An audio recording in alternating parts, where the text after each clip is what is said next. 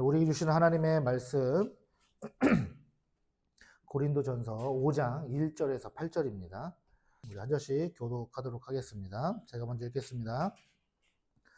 너희 중에 심지어 음행이 있다 함을 들으니 그런 음행은 이방인 중에서도 없는 것이라. 누가 그 아버지의 아내를 취하였다 하는도다.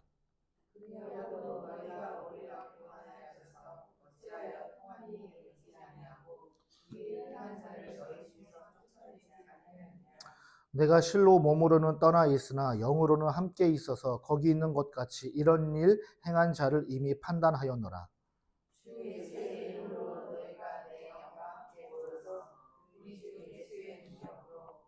이런 자를 사탄에게 내주었으니 이는 육신은 멸하고 영은 주 예수의 날에 구원을 받게 하려 함이라.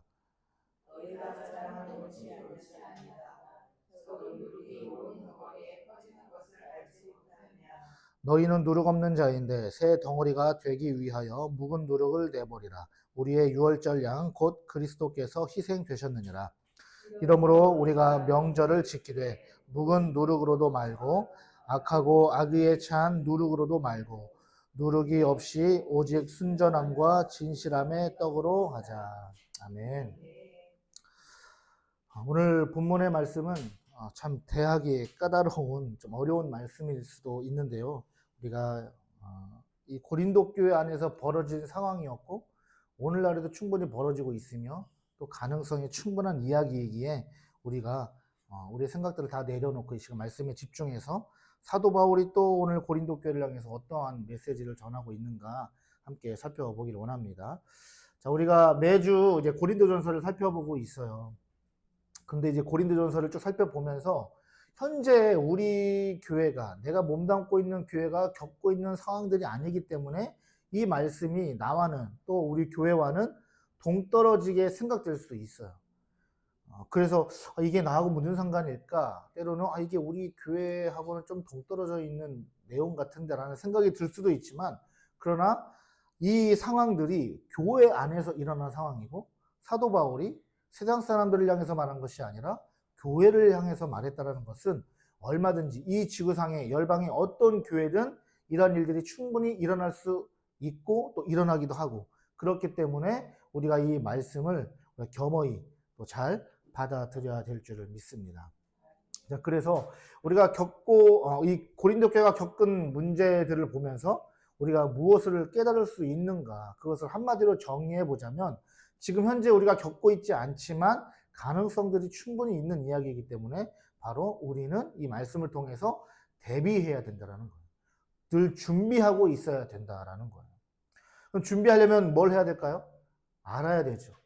그 문제의 진위가 무엇인지, 왜 그런 일들이 일어나는가 그것을 알아야 되잖아요. 그래서 알아야 우리가 준비를 하든 어떤 문제가 생겼어도 그것을 해결할 수 있는 수준으로 우리가 준비가 되어야 되는 거죠. 자, 본문의 대상은요, 1차적으로 고린도 교회였잖아요. 세상이 아닙니다. 교회예요. 교회 공동체입니다. 이 말은 지구상의 어떤 교회든 이런 일들을 충분히 겪을 수 있다라는 거죠. 자, 그래서 이 사탄이 항상 이 교회를 쓰러뜨리고 넘어뜨리려고 공격을 하죠. 교회가 무너지는 것이 사탄의 목적이고 예수 그리스도의 목적은 교회를 세우는 거잖아요. 사탄은 교회를 무너뜨리려 한단 말이죠. 성경에서 그 사탄을 어떻게 묘사하고 있습니까? 배고픈 사자가 먹잇감을 찾아 두루 눈에 불을 켜고 찾듯이 찾는 것이 바로 사탄이라는 거죠. 그러니까 사탄의 먹잇감이 되어서는 안 되죠. 사탄은 어떻게든 교회를 무너뜨리려 한다는 거죠. 이 당시에 고린도 교회도 사탄이 공격하는 거죠. 공동체의 약한 부분을 건드리는 거예요. 알아야 된다고 했잖아요. 그러면 나의 약한 것이 무엇인가? 우리 공동체가 약한 부분이 무엇인가를 알아야 되는 거예요. 그래야 사탄의 공격으로부터 우리가 대비할 수 있다는 거죠. 그것이 여러 가지가 될 수 있습니다. 사탄의 공격 대상이 사역자가 될 수도 있고 서로 편을 가르고 싸우는 성도들이 될 수도 있고 교만한 마음을 갖는 자들이 될 수도 있고요. 교회의 재정적인 문제가 될 수도 있고요. 교회 운영 방식이 될 수도 있습니다. 직분을 감투로 여겨서 어깨에 힘이 잔뜩 들어간 그런 중직자들일 수도 있어요. 그런 부분들을 사탄이 공격한다는 거죠. 그래서 우리 교회 공동체는 이런 것들을 스스로 충분히 돌아볼 수 있는 수준에 우리가 도달해야 할 줄을 믿습니다. 자, 오늘 이 본문은요, 특히 이 고린도전서가 쓰여진 이 시대에도 그랬지만 지금도 여전히 우리를 공격하고 넘어뜨리는 사탄이 아주 중요한 도구로 사용하고 있는 것, 바로 성입니다. 성적 문란, 성적 음란. 그 성에 관한 문제가 오늘 이 고린도 교회를 휘몰아치고 있었다라는 거예요. 요즘 보면 이 성적 타락이라는 게 세상은 원래 그랬다 치더라도 이제는 교회 안에서도 이제 너무나 자주 드문 게 아니죠. 자주 드러나는 그런 문제가 되고 있습니다. 아마도 이게 사탄이 교회를 쓰러뜨리려고 할 때 가장 큰 도구로 사용하는 것이기 때문에 그럴지도 모르겠습니다. 오늘 우리가 읽은 이 고린도전서 5장은요. 고린도 교회 안에 어떤 문제가 발생했냐면 음행의 문제가 발생했어요. 1장부터 4장까지 우리 교회 분열에 대한 문제를 다뤘잖아요. 그렇다면 그 다음으로 큰 문제가 뭐였냐면 바로 음란의 죄였어요. 사도 바울이 분명하게 이제 짚고 넘어가고 있는 거죠. 오늘 말씀을 통해서 주님께서 우리에게 말씀하신 음성을 듣기를 원합니다. 성적으로 타락한 이 성적 타락이 만연한 이 시대에 우리의 영혼을 깨우고 경각심을 갖는 시간 되기를 소망합니다. 자, 먼저 1절을 한번 보시죠. 1절을 보면 너희 중에 심지어 음행이 있다 함을 들으니 그런 음행은 이방인 중에서도 없는 것이라. 누가 그 아버지의 아내를 취하였다 하는도다. 상반절을 보면요. 심지어라는 단어가 나오죠. 이 심지어라는 단어가 홀로스라는 이 헬라어 원어인데 이 헬라어 원어의 뜻이 확실히, 실제로, 완전하게라는 뜻이에요. 그리고 더군다나 헬라어 원문을 보면 이 심지어 홀로스라는 단어가 맨 앞에 와 있어요. 그러니까 사도 바울이 그러니까 영어도 마찬가지고 이 서양권의 언어가 앞에 오면은 그 강조하는 거예요. 맨 앞에 위치하면. 그러니까 홀로스부터 시작했다는 것은 확실하게 이거는 뭐 진짜냐 아니냐 진위 여부를 따질 필요 없이 완전하게 확실한 음행의 문제가 너희들 가운데 있다함을 내가 들었다. 지금 이렇게 말하고 있는 거예요. 고린도 교회 안에 이 성적인 문제, 이 죄가, 범죄가 확실하게 일어났다는 것을 지금 사도 바울이 강조하고 있는 거죠. 이게 어떤 의미냐면요. 이 고린도 교회 안에 이 음행, 성적인 범죄가 고린도 교회 안에 있는 고린도 교회 모든 성도들이 다 알고 있다는 얘기예요. 이해되세요? 그 범행을 저지르는 그 사람만의 문제가 아니라 지금 그 사람이 범행을 저질러 음행을 했는데 확실하게 완전하게라는 말을 썼다는 것은 이미 고린도 교회 성도들이 그걸 다 알고 있다는 얘기예요. 근데 문제가 뭐예요? 성도들 모두가 알고 있으면서 쉬쉬하고 넘어가고 있다는 거죠. 성도들 모두가 하나님 앞에 이 더럽고 추악한 죄를 회개할 생각은 안 하고 뻔뻔하게 아무렇지 않은 듯 슬쩍 넘어가고 있다는 거예요. 사도 바울이 지금 그것을 지적하고 있는 거죠. 자, 그렇다면 지금 교회 안에서 벌어지고 있는 이 음행은 어떤 음행이라고 말합니까? 누가 아버지의 아내를 취하였다는 거예요. 자, 문자적으로 보면 마치 아들이 자신의 친어머니를 상대로 성관계를 맺은 것처럼 보이지만 그게 아니에요. 이 구절은 당시의 시대 상황과 구약 성경의 구절들을 통해서 우리가 이해할 수 있는데 무슨 말이냐면 친어머니가 아니라 자신의 아버지의 척 또는 계모 그 상대를 말하는 거예요. 아버지의 첩이든 계모든 문제는 성경에서 이 아버지의 아내를 취하였다는 것을 엄격하게 성경은 막고 있죠. 율법에서도 기록되어 있습니다. 신명기 27장 20절의 말씀을 보면 이 저주에 관한 말씀이 신명기에 나오는데 그 중에 하나가 이 신명기 27장 20절의 말씀이에요. 그의 아버지의 아내와 동침하는 자는 그 아버지의 하체를 드러냈으니 저주를 받을 것이라 할 것이요 모든 백성은 아멘 할지니라.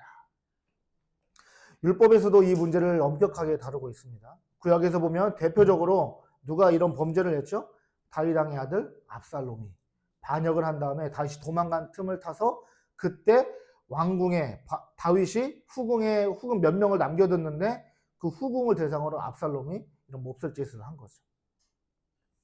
유대인들에게 있어서 전통 이 사회에서 이스라엘 안에서 아버지의 아내를 취하는 것은 매우 혐오스러운 일로 그들은 여기고 있습니다.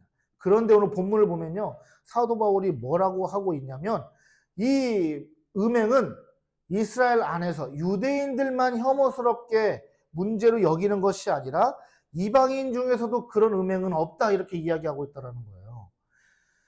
당시 이 로마 시대는요, 성적으로 개방되어 있는 시대예요. 매우 개방되어 있는 시대예요. 그런데 성적으로 개방되어 있는 로마 시대, 그 로마 자체도 법적으로 어떤 금지가 있었냐? 바로 아버지의 첩, 자신의 계모를 취하는 것을 철저하게 금하고 있어요. 그러니까 이런 음행은 유대 사회나 또 로마 사회 어느 쪽에도 허용되지 않는 그런 범죄였다는 사실이죠. 그런데 이 음행의 범죄가 어디서 벌어졌어요? 교회에서 벌어졌다는 거예요. 교회 공동체 일원인 성도들의 개인의 삶에서 일어나고 있다는 거예요. 심각한 것은 한글 성경에서 의미가 전달이 정확하게 안 되어 있는데 원어를 보면 이 아버지 아내를 취하였다 나오죠. 이 취하였다라는 단어가 미완료 시제예요. 미완료 시제. 그러니까 동사가 있는데 뭐 했다가 아니라 영어나 이 헬라어에는 그 과거에 있었던 일들이 현재까지도 벌어져 오고 있다라고 하는 문법적 용어가 따로 있어요. 그걸 미완료 시제라고 해요. 이 말은 무슨 말이에요? 과거에 그 일이 한두 번 있었던 것이 아니라 사도 바울이 편지를 쓰고 있는 지금도 그 일을 하고 있다는 거예요. 끊어지지 않았다는 거예요. 그 죄의 고리가. 그러니까 이 성적인 유혹이 참 무서운 거죠. 이런 말도 안 되는 범죄가 지금 교회 공동체 안에 일어나고 있다는 거죠. 그래서 사도 바울이 지금 2절에서 꾸짖으면서 이렇게 말합니다. 2절 보세요. 그리하고도 너희가 오히려 교만하여져서 어찌하여 통한이 여기지 아니하고 그 일 행한 자를 너희 중에서 쫓아내지 아니하였느냐. 1절만 읽어봐도요 심각하잖아요. 근데 2절을 보면 더 심각한 거예요. 이유가 뭐냐면 상반절에 그리하고도 너희가 오히려 교만하여져서 죄를 지었으면 회개할 생각부터 해야 되는데 회개하지 않고 교만하여졌다라는 거죠. 자, 여러분 우리가 지난 4장에서 교만을 나눴죠. 교만이 뭐라고 했죠? 기억나세요? 어떠한 행위에 대해서 교만이라고 했어요? 그러니까 우리 지금 고린도전서를 보고 있는데 1장부터 쭉 보고 있잖아요. 반복되는 단어들이 있으면 그게 연결된다는 것을 기억을 하셔야 돼요. 고린도전서 4장에서 교만을 할 때 성도들이 뭐 때문에 교만하다고 했어요? 사도 바울이 자랑하는 것 때문에 교만하다고 했단 말이에요. 자기를 드러내고 상대방보다 높은 위치에 서서 자기를 드러내는 것 교만이라고 했단 말이에요. 그러면 다시 생각해 보세요. 지금 이 고린도 교회 성도들이 음행에 대해서 뭐 하고 있다는 거예요? 이게 살 떨리고 이게 닭살 돋는 이야기인데 자랑하고 있다는 얘기예요. 심각하죠. 이 헬라어 단어가요. 이 교만이라고 하는 헬라어 단어가 페피시오메노인데 이거 단어의 원형이 있어요. 원래 원형이 피시오라는 이 단어의 완료형이 지금 이 고린도전서 5장 2절에 기록된 교만이라는 단어예요. 이 피시오라는 단어가 뜻이 뭐냐면 부풀리다, 자랑하다, 거만하다는 뜻을 가지고 있어요. 성도들은 지금 회개할 생각이 눈꼽만큼도 없어요. 그를 자랑 삼아 무용담 삼아 그렇게 이야기하고 있다는 거예요.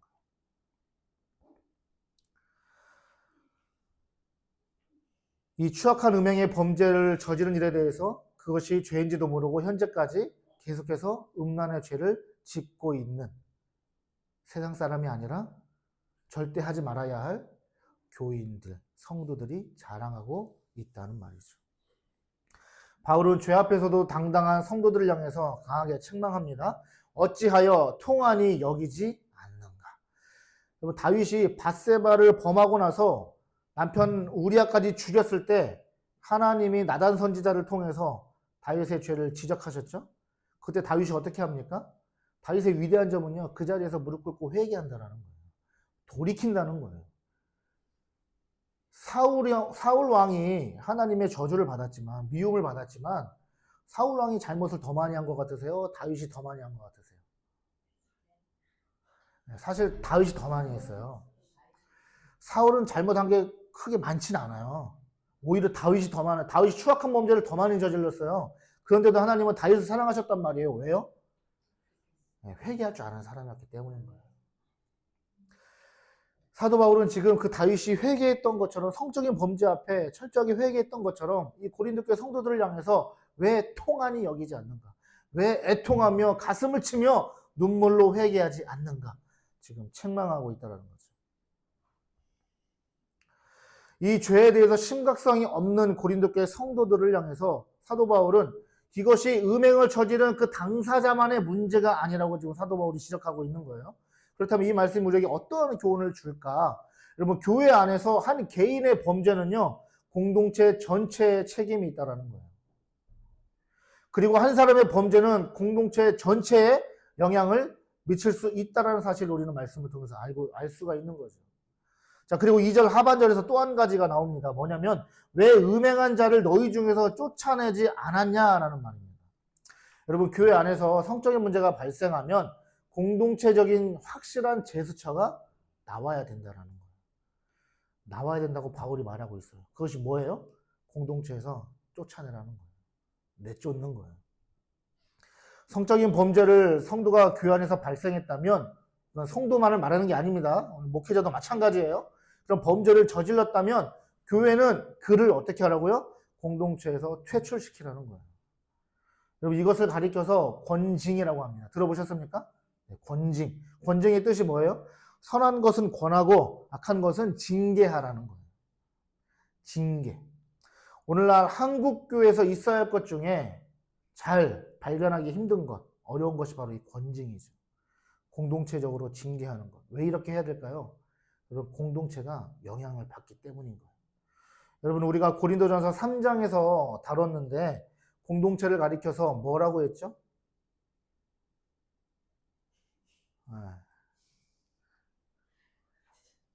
한 달도 안 된 것 같은데. 지성소라고 하죠, 지성소. 이제 기억나시죠? 지성소.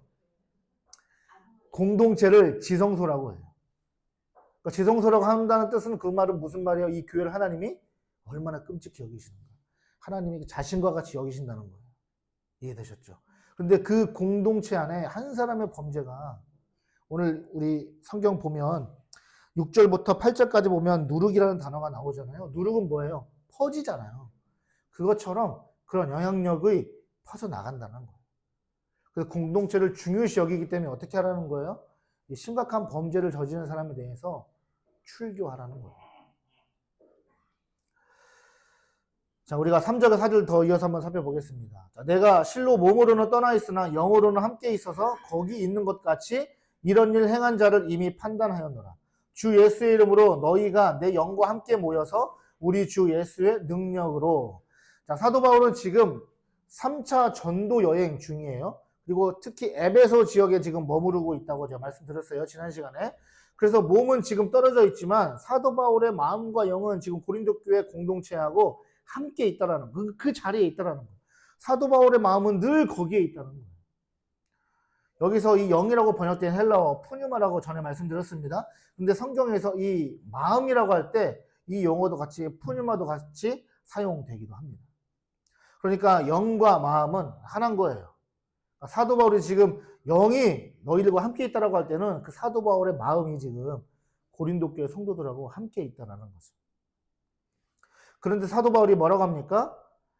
고린도 교회 안에 있기 때문에 그 음행을 저지른 자에 대해서 내가 이미 판단을 했다라는 거예요. 판단했다라는 말도 기억나십니까? 기억 안 나실 것 같아서 바로 얘기할게요. 심판, 결정이라는 뜻을 가지고 있어요. 자, 바울은 음행한 자의 그 죄에 대해서 뭘요? 징계할 것을 결정했다라는 거예요. 이는 고린도 교회 성도들이 음행한 자에 대해서 애매한 태도를 취하는, 마치 무용담을 하듯이 자랑하는 것 같은 그런 행동을 취하는 것과 반대로 돌이킬 수 없는 결정이다. 이것은 엄중하게 선포하고 있는 거죠. 결국에 3절의 말씀은요, 공동체는 권징을 수행할 수 있어야 된다는 거예요. 이게 교회예요. 여러분, 교회에서 권징이 없으면 안 돼요.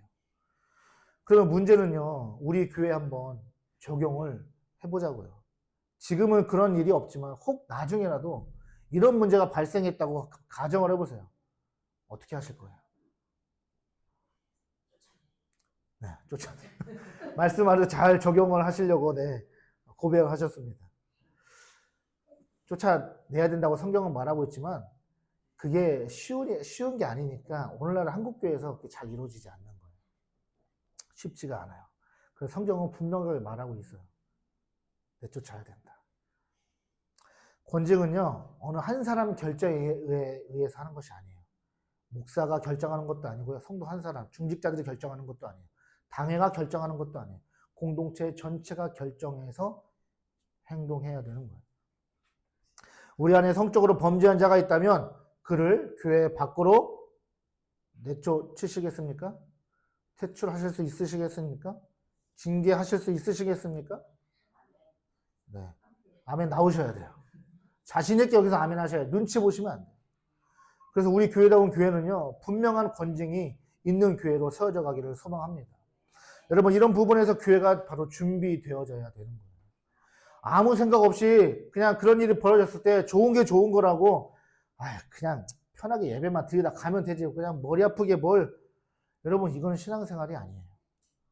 예수를 믿고 신앙생활을 한다는 것은 공동체 안에서 예수를 믿는다라는 말이에요. 그러므로 공동체가 음행한 자를 건징하는 것은 올바른 결정으로서 사람의 뜻으로 행하는 것이 아니라 주 예수의 이름으로 행해지는 것이라고 사도 바울이 4절에서 지금 말하고 있는 거예요. 그러나 혹시 내쫓는 건 좀 너무한 거 아닌가? 즉 그런 마음 드시죠. 교회 밖으로 내쫓으면 그 사람 하나님으로부터 멀어지는 거 아닌가?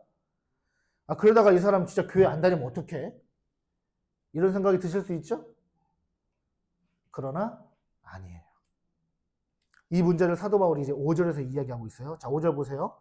이런 자를 사탄에게 내주었으니 이는 육신은 멸하고 영은 주 예수의 날에 구원을 받게 하려 합니다. 이해되세요? 이해 안 되시죠? 어려워요. 이 말씀이 굉장히 해석하기 어려운 말씀이에요. 자, 잘 들어보세요. 이제 저 보세요. 잘 들으셔야 돼요. 자, 음행한 자가 있습니다. 자, 이 음행한 자를 징계해서 공동체 밖으로 내쫓았는데 이게 사탄에게 내어준 거라는 거예요. 그렇게 될 때 그의 육신은 멸한다라는 거죠. 멸해진다라는 거죠. 그런데 또 구원을 받는데요. 이게 무슨 말인가? 굉장히 어렵죠. 어려우시죠? 자, 5절을 이해하려면 이 4절의 마지막 부분을 잘 보셔야 돼요. 뭐라고 되어 있죠? 4절 마지막 부분에 우리 주 예수의 능력으로. 자, 여기서 능력은 무슨 말일까? 바로 지난주의 말씀이에요. 능력이 뭐였어요? 지난주의 말씀도 기억 안 나시죠? 네, 그냥 아멘 하시기 바랍니다. 여러분, 이 능력이라고 할 때 이 능력이 뭐였어요? 예수 그리스도와 동행하는 것을 말하는 거예요. 나는 죽고 예수로 사는 삶. 나는 없어요. 그러니까 그리스도인에게 나타나는 능력은 어떤 뭐 병을 고치고 죽은 자를 살리고 이게 능력이 아니라 주와 동행하는 삶을 살고 있는가? 주와 함께 하고 있는가? 나는 죽고 예수로 살고 있는가? 사도 바울은 그걸 살고 있는데 너희들은 지금 그 능력이 없다. 멜로 말로만 막 자랑하고 말만 뻔질하고 말이 많다. 그거를 확인하러 내가 그 능력이 있는지 확인하러 가겠다라고 사도 바울이 지난주에 얘기했죠. 그 능력을 말하는 거예요. 우리 주 예수의 능력으로 지금 이 음행을 저지른 자를 내쫓을 때 그가 사탄에게 내주어진다. 어렵죠? 무슨 말이냐면요.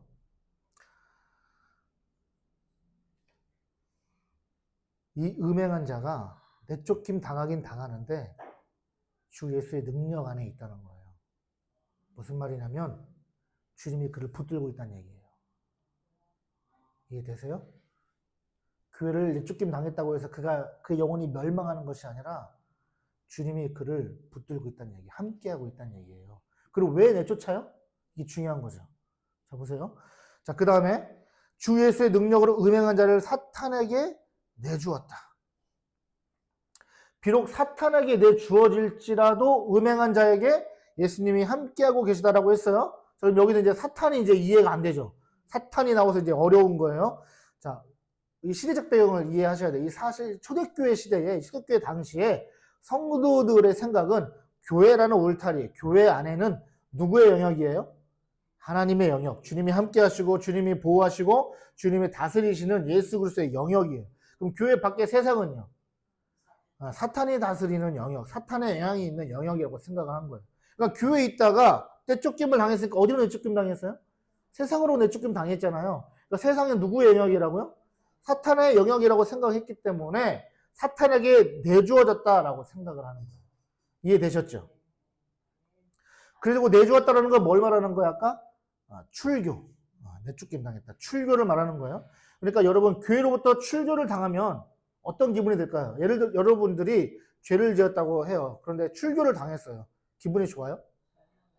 내가 죄를 짓긴 했지만 내 잘못이긴 하지만 기분 좋지는 않을 거예요. 그래도 내가 교회에서 내는 헌금이 얼만데. 그래도 내가 교회를 지금 몇 년을 다녔는데 내가 지금 이 죄 한 번 지은 거 가지고 내가 교회에서 얼마나 열심히 봉사했는데 이런 생각이 들지 않겠어요? 별의별 생각이 다 들 거예요. 수치심도 막 느낄 거예요. 그렇죠? 수치심을 느끼면 느낄수록 막 더 화가 나고 어떻게 감히 나를 내쫓을 수 있어? 이런 생각이 들 수도 있어요. 당혹스러울 거예요. 세상 밖으로 나가면 이제 어떻게 됩니까? 혼자가 되는 거예요. 혼자가 되죠? 신앙 공동체로부터 내쫓김을 당했다고 생각해 보세요. 마치 사단의 영역 아래 들어간 것 같은 그런 느낌. 어둠의 세계로 어둠 속에 홀로 있는 것 같은 그런 느낌이 들지 않겠습니까? 이게 바로 사단에게 내주어졌다라는 거예요. 이해되시죠? 사탄의 자식이 됐다는 말이 아니에요. 이해되시죠? 자, 그 다음은 이제 육신은 멸하고라는 단어가 나오죠? 이게 또 무슨 말인가? 자, 아까 얘기했죠? 1장부터 4장까지 언급되었던 단어들을 우리가 잘 기억해야 된다고. 육신, 기억나십니까? 어느 상황에서 육신이 나왔죠? 3장 3절 기억나세요? 어린아이와 같은 신앙을 가진 성도들을 향해서 사도 바울이 육신에 속한 자라고 했잖아요. 육신에 속았다라는 것은 어린아이와 같은 신앙을 말했다고 해서 어린아이와 같은 신앙이 뭐예요? 이 단단한 거 못 씹는 어린아이와 같은 그런 신앙. 그러니까 성령 충만한 삶이 아닌 여전히 육신의 습관대로 세상 유혹을 떨쳐내지 못하는 그 인간의 본성을 따라가려고 하는 그런 사람. 그걸 육신에 속한 자라고 하는 거예요. 그러니까 예수님께서 그 음행한 자와 함께 하시기에 사단의 영역 아래 놓인 것 같을지라도 출교를 당했을지라도 교회로부터의 그 출교는 그가 정신 차리고 죄를 진정으로 회개해서 어린아이와 같은 육신적인 삶을 벗어버리고 돌이킬 수 있는 기회를 갖게 된다 이 말인 거예요. 여러분이 아무리 심각한 죄를 저지르셔도요. 놀라지 마세요. 주님은 여러분 버리지 않으세요. 할렐루야. 그래서 구원은 은혜인 거예요. 그래서 구원이 행위로 결정되어지지 않는 거예요. 교회가 징계의 출교를 했다고 해서 범죄한 당사자가 구원으로부터 멀어지는 것이 아닌가. 상처받아서 교회를 영영 떠나는 것이 아닌가 생각될 수 있지만 여러분 그게 아니라는 거예요. 예수 그리스도께서 그분의 능력으로 붙들고 계시고 함께 하시니 교회는 예수의 이름으로 그를 징계하고 출교하면 그가 비록 일시적으로 사탄에게 넘겨진 것 같은 그런 절망을 겪을지라도요. 그것은 어린아이와 같은 신앙을 버리고 진정으로 회개할 기회를 얻은 것이며 그리고 주님의 은혜로 구원은 여전히 그에게 유효하고 있다 이 말씀입니다. 그러므로 공동체적 권징은요. 한 범죄한 성도가 하나님의 사랑을 깨닫고 잘못을 깨달으며 다시 공동체 가운데 설 수 있는 기회를 제공한다는 거예요. 그러니까 이 말씀에는요. 회복의 의미가 담겨져 있는 거예요. 그냥 미운 마음으로 무조건 내쫓는 것이 아니에요. 오늘날 한국교회를 보면요. 성적으로 타락한 범죄가 상당히 많이 일어나고 있습니다. 참으로 안타깝죠. 사역자들의 성적 부도덕함, 성도들의 음란함들이 점점 만연해져 가고 있음을 우리는 보게 되죠. 그런데 안타까운 것은요. 거기까지고 그 다음이 없다라는 거죠. 범죄한 당사자들이 어떤 책임을 지고 있는지, 정말 통안이 회개하고 돌이키고 있는지, 또한 교회 공동체는 공동체대로 공동체적인 책임이 전혀 없다라는 것. 징계가 없는 시대를 우리는 살아가고 있습니다. 오늘 성경은요, 분명히 우리에게 도전합니다. 교회 공동체를 향하여 도전하고 있어요. 성도들의 무분별한 성적 타락 앞에 그대로 방치하지 말고 예수 그리스도의 사랑으로 징계할 수 있어야 된다는 거죠. 저와 여러분은 어떻습니까? 우리 교회는 어떻습니까? 권징을 행할 수 있는 교회. 이것이 바로 교회다운 교회인 거예요. 그래서 우리가 오늘도 예배 후에 말씀 나누는 시간에 이 부분을 우리 함께 나눌 거예요. 우리 교회다운 교회가 지향하고 있는 이 부분, 교회다운 교회로 세워지길 원하는 이 부분에서 바로 이러한 범죄 앞에 우리 교회는 어떻게 대처할 수 있을 것인가? 이런 권징을 우리가 어떻게 감당할 수 있을 것인가? 이런 부분들을 나눌 필요가 있다는 거죠. 우리가 스스로 먼저 성적으로 타락하지 않도록 늘 주님과 동행하면서 살아야 될 줄 믿습니다. 교회적으로 음행의 문제가 발생했을 때 범죄한 자가 다시 공동체와 하나님 앞에 설 수 있도록 권징할 수 있는 우리 교회가 되길 주의 이름으로 축복합니다. 나머지 말씀을 다시 한번 살펴보겠습니다. 자, 6절, 7절, 8절이에요. 너희가 자랑하는 것이 옳지 아니하도다. 적은 누룩이 온 덩어리에 퍼지는 것을 알지 못하느냐. 너희는 누룩 없는 자인데 새 덩어리가 되기 위하여 묵은 누룩을 내버리라. 우리의 유월절 양 곧 그리스도께서 희생되셨느니라. 아멘. 여러분, 여기서 말하는 것처럼 누룩이 퍼지면 나중에 어떻게 됩니까? 네, 썩어버려요. 곰팡이가 생기고 썩어버리게 돼 있어요. 그 죄를 말하는 거예요. 그 한 사람의 죄가 잘못하면 공동체를 다 썩게 만든다는 거예요. 여러분, 여호수아 7장에 보면 아간의 범죄가 나옵니다. 아간의 범죄가 뭐냐면 여리고성을 정복을 할 때 하나님이 거기에 그 정복할 때 얻는 뭐 물건, 금 여러 가지 그런 재물들을 어떻게 하라고 했어요? 바치라고 했어요. 건드리지 말라고 했어요. 그런데 아간이라는 사람이 몰래 어떻게 해요? 싹 빼돌려요. 빼돌렸다가 그 다음 전투가 무슨 전투냐면 아이성이에요. 아이성은 여리고성보다도 훨씬 작은 성이에요. 여리고성도 점령했으면 아이성도 충분히 점령할 수 있었어요. 그런데 전쟁에서 패했어요. 이유가 뭐였을까요? 그 아간의 범죄 때문에 하나님이 징계하신 거예요. 심판하신 거예요. 이스라엘 백성들이 아이성 전투에서 패하게 하신 거예요. 그래서 전쟁에 패하고 우리가 지금 왜 졌는가? 돌이켜보니까 아간이 물건을 빼돌린 거야. 하나님 그래서 이스라엘 백성들이 징계를 하십니다. 한 사람이 되게 중요하고요. 그 한 사람으로 말미암아 공동체 전체가 썩게 돼요. 사도 바울이 지금 그것을 말하고 있습니다. 7절 다시 한번 보세요. 너희는 누룩 없는 자인데 새 덩어리가 되기 위하여 묵은 누룩을 내버리라. 우리의 유월절 양 곧 그리스도께서 희생되셨느니라. 유월절을 얘기하고 있어요. 왜 유월절을 얘기하냐면 유월절 때 뭘 먹었죠? 어린 양을 잡아 먹으면서 또 뭘 먹었어요? 그렇죠. 무교병. 누룩이 안 들어가 있는 거. 그냥 밀가루 만족해서 그 상태로 구운 거. 맛이 있어요, 없어요? 없어요. 맛이 없지만 누룩이 없다라는 것은 순결함을 의미하는 거죠. 누룩이 안 들어갔다라는 것을 말하는 거예요. 자, 그러니까 그것을 먹었던 그날 유월절 양, 어린 양의 피로 이스라엘 백성들이 뭐 했죠? 구원을 받은 날이죠. 출애굽한 날인 거잖아요. 그래서 너희는 누룩 없는 자라는 거예요. 8절 보세요. 이러므로 우리가 명절을 지키되 묵은 누룩으로도 말고 악하고 악의에 찬 누룩으로도 말고 누룩이 없고 오직 순전함과 진실함의 떡으로 하자. 명절을 지키되 유월절을 지키라는 말이 아니에요. 유월절을 지키라는 것이 아니라 유월절에 담긴 그 의미 이해되십니까? 예수 그리스도 아까 우리 찬양했던 것처럼 예수 그리스도 보혈 그 보혈을 의지하며 나아갈 때 우리는 누룩 있는 자가 아니라 누룩 없는 자가 되어서 무엇으로요? 순전함과 진실함의 떡이 되자. 순전하고 진실하자. 순결하자. 순결함을 잃어버리지 말자. 이렇게 말하고 있는 겁니다. 여러분 오늘날 한국교회 안에서 순결이 많이 강조가 안 돼요. 사실. 이 세상의 성교육도 거의 순결을 말하지 않아요. 그런데 우리는 순결을 말할 수 있어야 돼요. 순전함을 강조할 수 있어야 돼요.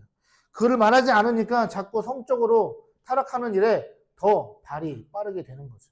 말씀을 정리할게요. 여러분 오늘 말씀을 통해서 사도 바울이 분명하게 말하고 있습니다. 징계해야 된다.